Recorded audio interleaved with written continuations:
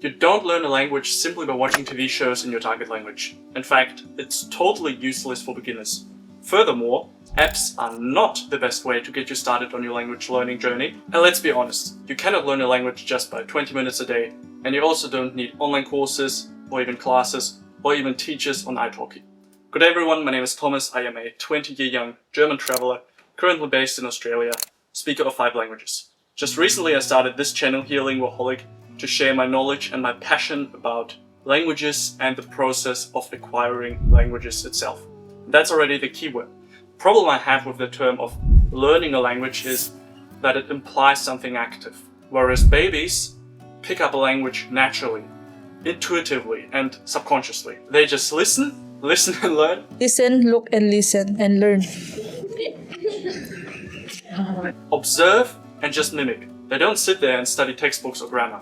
And I believe the same is possible as an adult. Of course, not with the same pace because our brain is not as fresh anymore as in our early stages, but it's certainly so much faster how most people do it with just rereading vocabulary, studying vocabulary in an isolated way, being shy to speak, always translating from or to their native language, and even when speaking, still having a thick accent even after years. So what is language acquisition? Imagine a sponge soaking in information. That's language acquisition. You have to take it in, consume it. This is why I have that bottle of water on my profile photo, which just depicts language as something that has to be consumed. With enough exposure to a target language, you will install it, or no, it will be installed into your system. So the question is rather, what is the best way of acquiring a language in the different ways you have, like reading, listening, and speaking, at different stages, especially for beginners where not much comprehensible input is possible, and how to make that process as fun as possible in your busy and stressful life. So learning a language can be summed up in 2 words. First, input, and secondly, output. How good you speak a language only and really only depends on how much you consume that language, because what comes in naturally comes out. I know it sounds weird, but it's certainly true also for languages. So the keyword is comprehensible input. You expose yourself to that language at a level where it's understandable. Of course, in the beginning you start with very slow and easy sentences. I had that exposure when I came to Australia and had no chance to fall back on German because there was nobody German. So I had to speak English all the time and I was surrounded by it. And in that environment, you let your brain work automatically without thinking too actively. If you do not understand a certain concept in the language, like a grammar point or something, frustration will naturally come in and try to slow you down. Actually, the word frustration comes from Latin frustra, which means something like in vain or futile. It will feel for you as if it's futile to learn a language, but I can tell you to just keep going and trust the process. This is probably the most important sentence you have to believe in while learning a language. You have to believe that you will come to understand it later on. I had it so many times when I started learning Chinese. I was extremely confused by the grammatical point of the 3 d. These are particles that are used after a description before a noun or after an adjective, after an adverb. I looked up some videos, I just didn't get it, but I just let it and continued reading easy sentences and getting comprehensible input until I saw so many examples of this grammatical point with the d articles so that it clicked automatically. You see, your brain recognizes patterns subconsciously and acquires them automatically without effort after enough input. Another example is that in English you often put something like can't we at the end of this sentence. But we can do it, can't we? But we should do it, shouldn't we? And this is also something I never learned in a book or never heard in Germany. Only when I got here and heard people actually say that. And then automatically I started using it as well. Another very important key point is that when you acquire a language, you don't learn the translation of words. You rather learn the meaning or the innate connotation of a word, which is only given to it by the context where it's appropriate to be used. Example, the English word dodgy. I remember I just learned that word a few months ago when somebody said, yeah, that person is so dodgy, this sounds dodgy. I was wondering what it means. Is it something positive or negative? I also don't even know how to translate it into German, but I know in what context it is appropriate to be used to describe somebody as dodgy, because I just heard the context in which it was used. But that being said, just exposure and input is also not enough to get you to fluency. My mother moved to Germany over 20 years ago and still speaks very broken German with a very thick accent. Why is that? Not because she is stupid, not at all. She's a wonderful person. But I believe the reason is because she never actively questioned the language. You see, if you want to acquire a language up to fluency, you have to be willing to improve. You have to be curious, why is it the way it is? You have to be willing to try to understand it. And especially accept corrections. If you didn't know a word, it's not something like, it's harmless. No, it's you didn't know a word. And if you would know it, you would speak that sentence fluently. And you wouldn't, I don't know, See, you have to be really perfectionistic in terms of how to correct small mistakes. Unfortunately, most videos about language acquisition just end here. They don't give a structure to get you started from scratch. Here is my recommendation. So let's talk about the process. How to begin. In the first days after you chose your target language, I'd recommend you to go on YouTube and watch as many videos as possible about that language. You go on YouTube and you type in how to learn French, how to learn Chinese, whatever. And just watch at least 20 videos from different persons to get familiar with the technical terms. If you get started with Chinese, you will hear words like pinyin, characters, radicals, particles, stroke order, and that kind of stuff, so that at least you get a rough idea what to prioritize first and what is more for later. To mention another example, if you would like to start learning German, technical terms like cases, grammatical gender, articles, and that kind of stuff would be something that you need to know in the beginning. Not understanding them, but just having heard of them.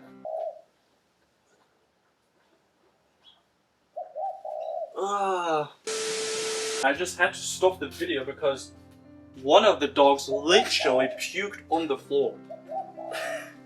Okay, yeah, in the beginning you just look up some videos to get an idea how others got started.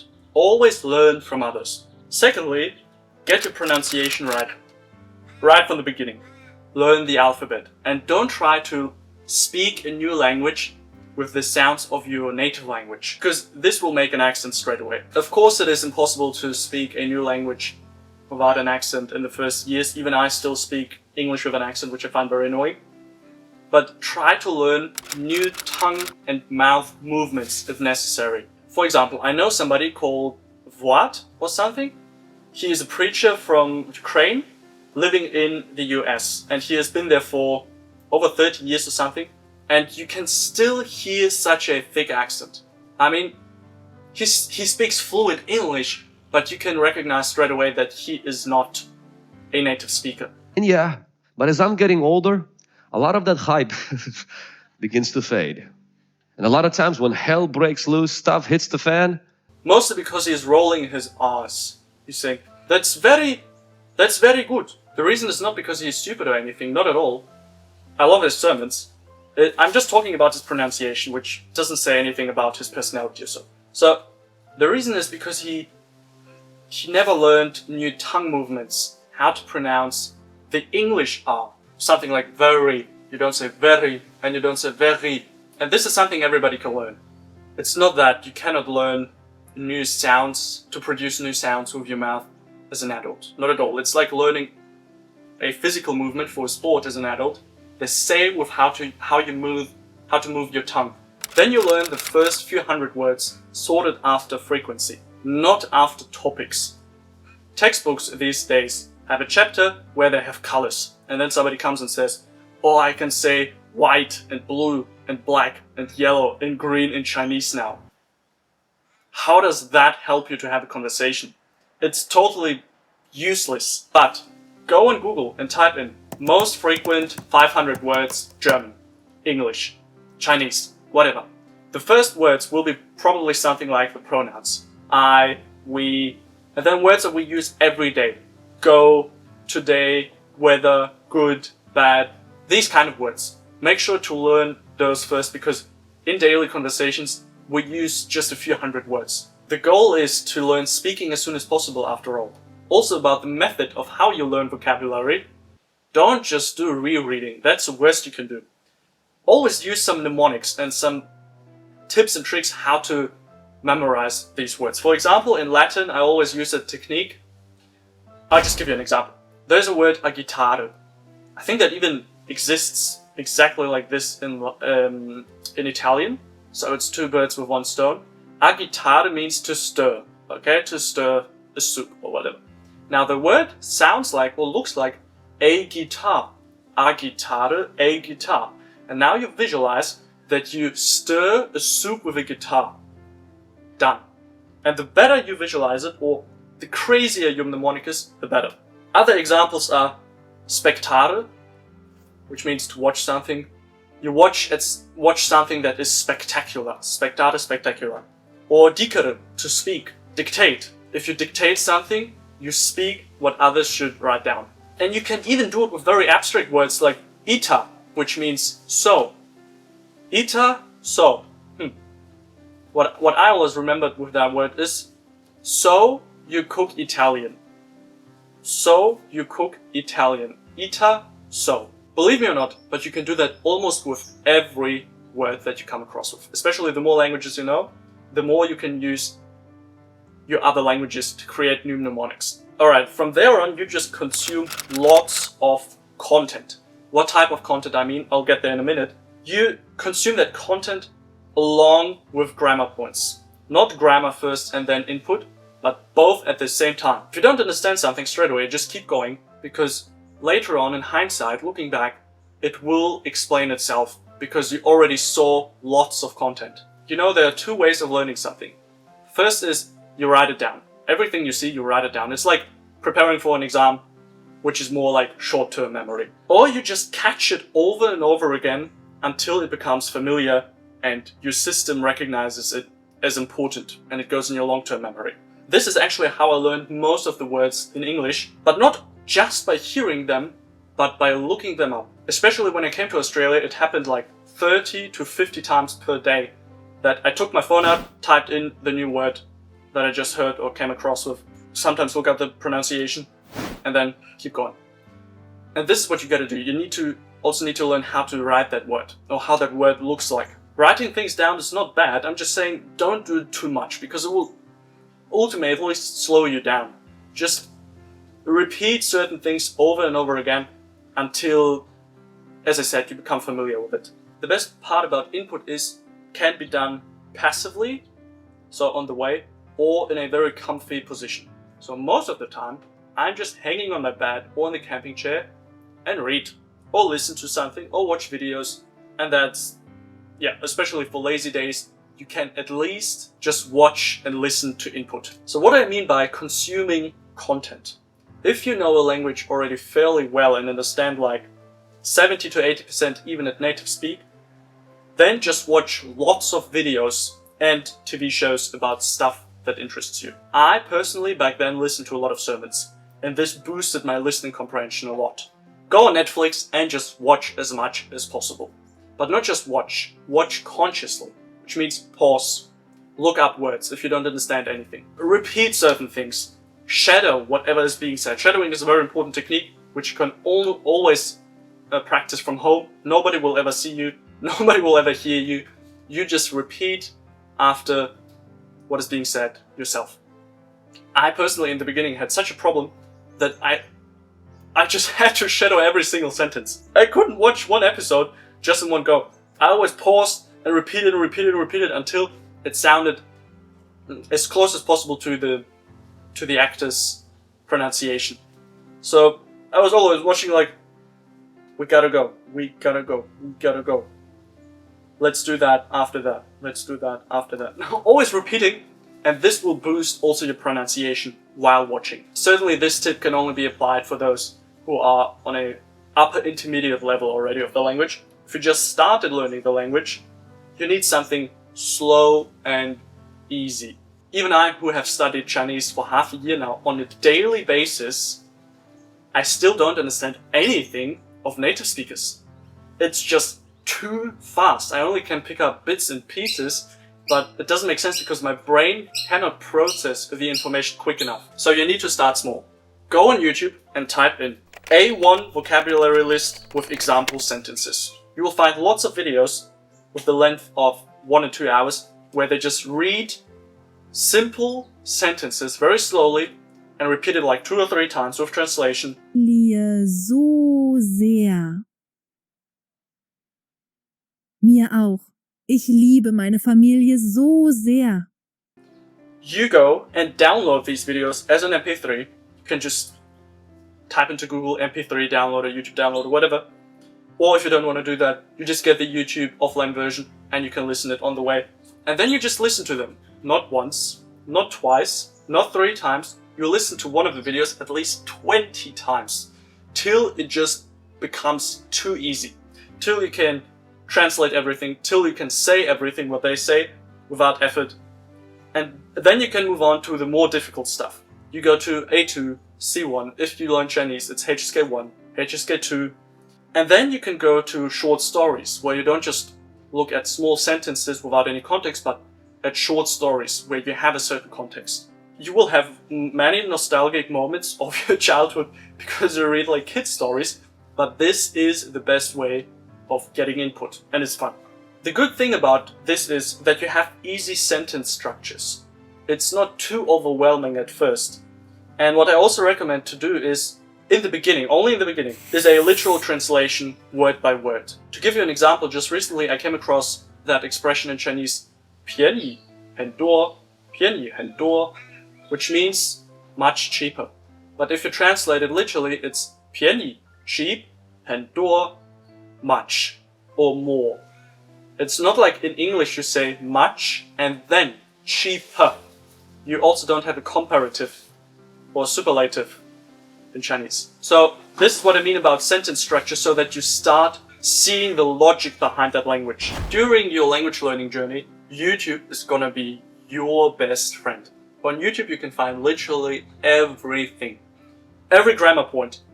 Just go on Google, type in A1, French, Italian, German, whatever, grammar requirements. Then you see what is beginner friendly and can look these up on YouTube. You even find whole playlists about A1, A2 grammar points just explained, all for free. And I think you should take advantage of that. Another way of consuming is reading. You don't need apps like Duolingo, which promise that just by investing 20 minutes a day you can get there. That's rubbish. Imagine a baby just hearing its parents talk for 20 minutes a day. It will not get anywhere. You have to surround yourself by that language as much as only possible. Hours per day. You can do that passively, as I do most of the time at work. I just listen to these videos I just recommended, and if I find the time at home, I do something active, like reading. The only apps I recommend are apps where you can read short stories. I'm only using Du Chinese, which means read Chinese, and there I have short stories, I can learn the pronunciation, I can play it as an audio. It's just perfect. I think such an app exists for every language. So this would be an investment worth making. The problem I have with apps and books is that they don't really teach the real-life spoken language. The typical classical example is that every book about Chinese teaches to ask how are you as 你好吗, but actually nobody is saying that in China. Instead they have other ways which are very informal, but they are used every day. They say 你吃饭了吗? Or they say 过怎么样? Or 你最近怎么样? So you need real life situations, because an emotional connection always sticks better than just reading a word, looking it up, and forgetting it as soon as you turn to the next page. I still remember so many words that I picked up here in Australia, and I remember where I learned them for the first time. I remember I was playing cards with some friends, and when I was waiting for my turn, I was sitting there like this. And then one of the girls asked, "What are you plotting?" And I said, "Plotting? What does that mean?" And she explained, it's because of your gesture of how you sit there and you look, it's like scheming vicious plans behind someone's back. And this clicked, and I still remember that. I never ever had to look up the word again, what it means to plot. And so this is what I mean by saying the more it's related to real life situations, the better it will stick. I also recommend you to get in touch with other learners and native speakers as soon as possible to practice talking and pronunciation. Speaking, after all, is the biggest goal, unless you learn Latin. Dicere Latine difficilis est. An app I can really recommend, unfortunately they don't sponsor me, is HelloTalk. I would rather use it after a few months, where you can say a few things already, where you have a rough idea what is being said in that language. And then you can go and ask natives your questions. Nevertheless, I actually do not recommend to get a native speaker as a teacher, because they have a very different view on the language than somebody who is learning it as an adult. And so very often they don't know why something is the way it is. I asked so many Chinese people my questions and they just said, yeah, it's just the way it is. I don't know. I never thought about it. Working with a native speaker is only useful if they fully know their own grammar or for practicing pronunciation. Of whom would you learn how to get rich? Somebody who was born rich or somebody who was born poor but became a self-made millionaire? Of course, the person who reached it all himself. And it's the same with languages. Somebody who learned the language as an adult exactly understands the struggles of a beginner. Now comes a very important point. Acquiring a language is having a bridge between what you hear and you understand, and what you intend to say and you put into words. What I mean by that is the following. Let's assume you do not speak any German and I, as a native, teach you 10 German words, which you, after practicing, can recall perfectly. You know the meaning. But then I would form 3 sentences only using these 10 words, and I say them out with a German native speed. You wouldn't be able to understand it. The reason is because the brain of a learner cannot process the information that fast. You have to practice to reduce that speed of listening and understanding and what you want to say, and then putting it into words. Same as I have it with English right now. I don't really think about what to say. It just flows out of my mouth. And this just takes time. In the early stages, learning a language, we tend to analyze the sentence. We take it apart. We translate it literally into our native language rather than just reading the meaning. So this bridge can only be made shorter by lots of content. So just train your listening ability. Hearing words over and over and over again will make them easier and easier to process. And the same applies for pronunciation and producing the language. Repeating fixed phrases will make them easier in the future. There is no other way around than just speaking.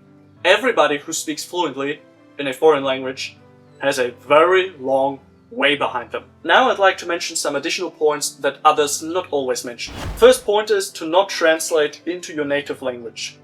In the beginning it's necessary, but after a few months I recommend to do the same as I do. I read Chinese short stories without translation. I don't understand everything, sometimes I look the sentences up, but you need to start thinking in that language. Every language has a unique logic, and guess what?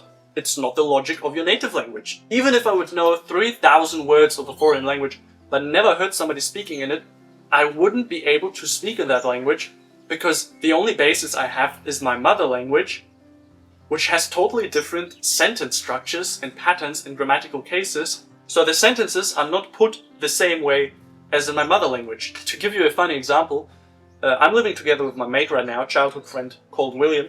He just recently came to Australia and is still improving his English, and very often he's trying to say something where I, who understands German, understand what he's trying to say, because I know the way he's thinking. Whereas others, they just look at him confused and don't know what he wants from them. So you cannot just translate literally from your native language in your foreign language. For instance, in English you have the expression to hit the gym. To hit literally, you cannot say that in German. Or vice versa, in German we have the expression einen Unfall bauen, which means literally to build an accident, meaning to make an accident. But you cannot say I built an accident, that just sounds wrong. So you have to become familiar with the feeling of a word. Sometimes words can hardly be translated into another language, and you can only understand the meaning or the feeling that a certain word conveys in a context where it's suitable to be used.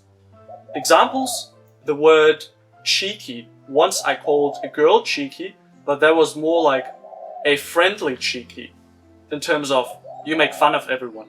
But then I was told it's actually a very bad word I shouldn't say to somebody because it has a negative connotation. I didn't know that because I just typed in the German word that I had in mind, frech, and got that word cheeky. But I didn't know that it can have this negative connotation. I also think it depends on in what circle you are. If you call somebody cheeky in a circle of friends, of course it will be understood in a ironic way and not like seriously. Anyway, these are just moments where you learn, and I also didn't mean it in a negative way. Everybody knows that because I explained what I was trying to say. Another point is language is about confidence. You can only speak as good as confident you are. When I came to Australia, I was also a bit shy and didn't talk that much because I made many mistakes and that kind of stuff. But now, after a year, I don't feel any language barrier to my Australian friends. And I'm one of the persons who speaks most of the time, so I'm cracking jokes, even puns, and can laugh.